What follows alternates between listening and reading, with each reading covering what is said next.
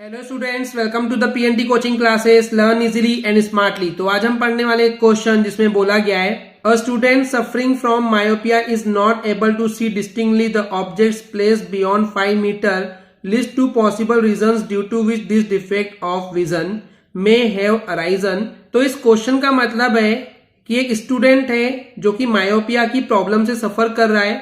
Myopia क्या होता है स्टूडेंट्स? एक ऐसा इंसान जिसको दूर की चीजें क्लियरली साफ साफ दिखाई नहीं देती है। ओके, वही बोला यहाँ पे कि एक स्टूडेंट है जो कि मायोपिया की प्रॉब्लम से सफर कर रहा है, परेशान है, और वो साफ साफ नहीं देख सकता है उन ऑब्जेक्ट्स को, उन चीजों को जो कि 5 मीटर से ज्यादा दूर पे रखी हुई है। तो आपको यहाँ पे दो वो पॉसिबल रीजंस, कारण बताने हैं जिसकी वजह से उसको ये डिफेक्ट यानी कि देखने में जो परेशानी हो रही है, तो विजन का जो डिफेक्ट है वो हो गया है। और इसको आपको यहाँ पे रे डायग्राम के हेल्प से एक्सप्लेन करना है। क्या एक्सप्लेन करना है? दो चीजें, दो पॉइंट बोले गए हैं। Why the student is unable to see distinctly the objects placed beyond 5 metre from this eye, यानी कि उसकी आंखों से 5 मीटर से ज्यादा दूर पे रखी हुई चीजें जो है उसको डिस्टिंक्टली यानी कि साफ साफ दिखाई नहीं देती है। उसका कारण क्या है वो एक्सप्लेन करना है। और वो जो प्रॉपर विजन जो सही उसको नहीं दिख रहा है, उसको ठीक करने के लिए कौन सा जो लेंस है, करेक्टिव लेंस, यानी कि उस प्रॉब्लम को करेक्ट करने के लिए कौन से टाइप का लेंस जो है उसको देना पड़ेगा, जिससे कि उसको चीजें साफ साफ दिखाई देगी, उसका ये डिफेक्ट जो है वो करेक्ट हो जाएगा, ठीक हो जाएगा। इसमें एक और क्वेश्चन पूछा है, if in this case the numerical value of the focal length of the corrective lens is 5 metre, find the power of the lens as per the new Cartesian sign convention.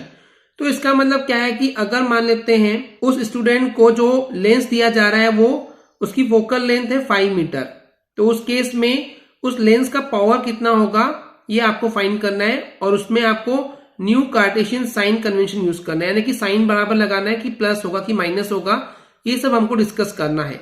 तो चलिए समझते हैं इसको answer से। तो basically students, ये जो defect हो गया है उस स्टूडेंट को, उसका रीजन ये हो सकता है कि एक्सेसिव कर्वेचर ऑफ द आई, जो आंख है उसका जो कर्वेचर है वो बढ़ गया है, एक्सेसिव यानी कि बढ़ जाना, या फिर जो आई बॉल होता है, जो आंख की साइज होती है, वो कहीं ना कहीं बड़ी हो गई है।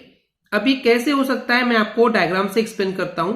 इन जनरल क्या होता है, जिनकी आंखें नॉर्मल होती है, हेल्दी आई होती है, तो कोई भी ऑब्जेक्ट जहां रखा हुआ है इन्फिनिटी पे, इन्फिनिटी क्यों बोल रहा हूं स्टूडेंट्स, क्योंकि जो हेल्दी आई होती है ना, वो उनका जो फार पॉइंट होता है, जो दूर से दूर की चीजें देख सकती है, वो इन्फिनिटी होती है। तो इन्फिनिटी की चीजों को देख सकते हैं, बहुत दूर रखी हुई चीजों को साफ साफ देख सकते हैं।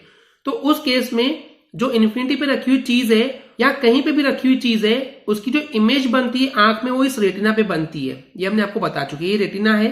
तो इस रेटिना पे जो है आप देख सकते हैं उस ऑब्जेक्ट की जो लाइट आ रही है, वहां से लाइट आ रही है, उसका जो इमेज बन रहा है वो कहां बन रहा है? रेटिना पे बनता है। अगर रेटिना पे इमेज बन रही है किसी भी ऑब्जेक्ट की, तो वो हमको साफ साफ दिखाई देती है, राइट। लेकिन मायोपिया में क्या होता है कि जिस स्टूडेंट को मायोपिया है, उसके पास मायोपिक आई है, यानी कि मायोपिया का डिफेक्ट है, तो उसके लिए जो फार पॉइंट है वो 5 मीटर है, यानी कि 5 मीटर तक रखी हुई चीजों को वो क्लियरली देख सकता है, उसकी इमेज रेटिना पे बनती है, राइट।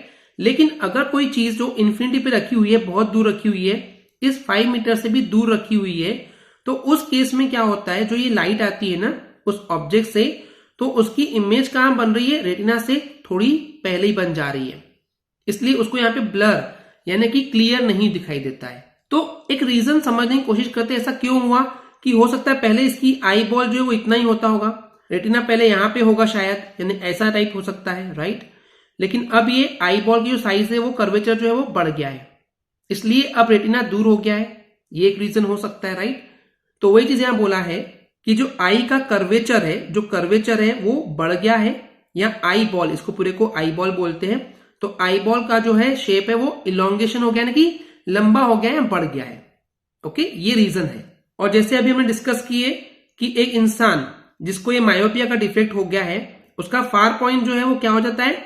इन्फिनिटी से कम होकर के नियरर यानी कि पास में हो जाता है। जनरली एक हेल्दी आई का जो फार पॉइंट होता है वो इन्फिनिटी होता है, बहुत दूर तक। लेकिन जिसको मायोपिया है उसका, यानी इस केस में स्टूडेंट के पास 5 मीटर है, यानी कि 5 मीटर तक रखी हुई चीजों को साफ साफ देख सकता है, पर इन्फिनिटी तक रखी हुई चीजों को नहीं देख सकता है क्लियरली। तो इसलिए क्योंकि यहाँ पे जो फार पॉइंट है इसका इन्फिनिटी से कम होकर के नियर यानी कि पास में हो गया है, और ऐसे इंसान जिनको मायोपिया है उनको कुछ मीटर तक की दूर की चीजों को ही वो क्लियरली देख सकते हैं। उससे ज्यादा अगर डिस्टेंस बढ़ा देंगे तो उनका जो इमेज है फिर वो रेटिना पे नहीं बनता है, रेटिना से थोड़ी दूर पहले ही बन जाता है, जैसे कि अभी हमने डिस्कस भी किया, राइट। तो अब बात आती है कि इसको ठीक कैसे कर सकते हैं हम, राइट स्टूडेंट्स। तो अगर हम मायोपिया के डिफेक्ट को ठीक करना चाहते हैं तो उसके लिए हम कॉन्केव लेंस को यूज करेंगे। अब वो पावर कितना होगा वो डिपेंड करता है कि उसकी कितनी आंखें कमजोर है, मतलब कि उसका जो इमेज है या जो फार पॉइंट बन रहा है वो कितनी दूर है, उसके हिसाब से पावर हम चेंज कर सकते हैं। तो अब देखिए क्या होता है, जब भी जिस इंसान को अगर मायोपिया है, दूर की चीजें क्लियरली नहीं दिखाई देती है, तो उसको कॉन्केव लेंस देना पड़ता है। तो कॉन्केव लेंस को यूज करने से होता क्या है मैं पहले आपको समझाता हूं। देखिए मान लेते हैं यहाँ पे इन्फिनिटी पे कोई एक चीज रखी हुई है, वहां से जब ये लाइट आती है, जनरली क्या होता है अभी हमने देखे थे ऊपर के केस में लाइट आती है तो ये रेटिना से पहले बन जाता है। तो यहाँ पे इस केस में क्या होता है, जैसे ही हम कॉन्केव लेंस को अप्लाई करते हैं यानी कि लगाते हैं, तो ये लाइट को क्या करता है, डाइवर्ज करता है, यानी कि लाइट को फैलाता है। फैलाने से क्या होता है, ये लाइट को पीछे बढ़ाने पे हमको ये जो पॉइंट है ये हमको लगता है कि ऑब्जेक्ट जो है वो अब 5 मीटर के अंदर या 5 मीटर की रेंज में आ गया है, यानी है रखा हुआ ऑब्जेक्ट दूर, लेकिन हमने उसका एक डुप्लीकेट इमेज यहां पहले बना दिए हैं जो कि 5 मीटर की रेंज पे आ गया है। अभी कैसे हुआ, कॉन्केव लेंस ने लाइट को डाइवर्ज किया, फैलाया, इसको पीछे बढ़ाने पे हम देखते हैं कि ये जो लाइट है वो कहां से आ रही है, हमको लगता है 5 मीटर की रेंज में आ गया है। तो अब यहां से जो ये आएगा तो ये रिफ्लेक्शन के बाद ये जो हमारी आई लेंस है इसको रिफ्लेक्ट करने के बाद ये जो इमेज है इसकी कहां बनाएगी, रेटिना पे बना देगी, और रेटिना पे बन जाएगा मतलब हमको साफ साफ दिखाई देने लग जाएगा, राइट। तो वही चीज यहां लिखी हुई है कि जो कॉन्केव लेंस है जो कि सुटेबल पावर का दिया गया है, तो वो इमेज को जो है रेटिना पे वापस से बना देता है, एंड इस तरीके से इस डिफेक्ट को ठीक किया जा सकता है। इतना क्लियर है स्टूडेंट्स। अब जो सेकंड क्वेश्चन था कि जो हमने कॉन्केव लेंस लगाए हैं उसका जो फोकल लेंथ है वो 5 मीटर है, ओके। अब स्टूडेंट्स पिछली वीडियोस में हमने पढ़ के आए हैं कि कॉन्केव लेंस की जो फोकल लेंथ होती है वो निगेटिव होती है और कॉन्वेक्स लेंस की जो फोकल लेंथ होती है वो पॉजिटिव होती है। ये आपको अभी तक याद हो जाना चाहिए, ये हमने बहुत अच्छे से डिस्क्राइब किए थे पिछली वीडियोस में, ओके। तो क्योंकि यहाँ पे कॉन्केव लेंस ले रहे हैं हम, तो इसकी जो फोकल लेंथ 5 मीटर है वो निगेटिव होगी, तो यानी कि फोकल लेंथ हो गई -5 मीटर। क्वेश्चन में बोला है कि पावर ऑफ लेंस आपको बताना है, तो पावर ऑफ लेंस में भी हमने आपको वीडियो में बता चुके हैं कि पावर ऑफ लेंस का फॉर्मूला होता है 1/, focal length in metre, okay. यानी कि जनरली स्टैंडर्ड ये रूल है कि हम जब भी पावर ऑफ लेंस की बात कर रहे हैं तो उस केस में फोकल लेंथ हम मीटर में ही लेते हैं, ओके। तो चलिए वैल्यू पुटअप करते हैं, 1/, फोकल लेंथ कितनी है, -5। तो जब हम 1 को डिवाइड करेंगे 5 से तो आंसर आएगा 0.2, निगेटिव साइन रहेगा एज इट इज। और जैसे कि हमने पिछली वीडियोस में पढ़ के आए हैं कि पावर ऑफ लेंस की जो एसआई यूनिट होती है वो क्या होती है, वो होती है डायऑप्टर, ओके। तो यहाँ पे जो नेगेटिव साइन है ये बताता है कि जो हम लेंस यूज कर रहे हैं वो कॉन्केव लेंस है, या कॉन्केव लेंस का दूसरा नाम है डाइवर्जिंग लेंस।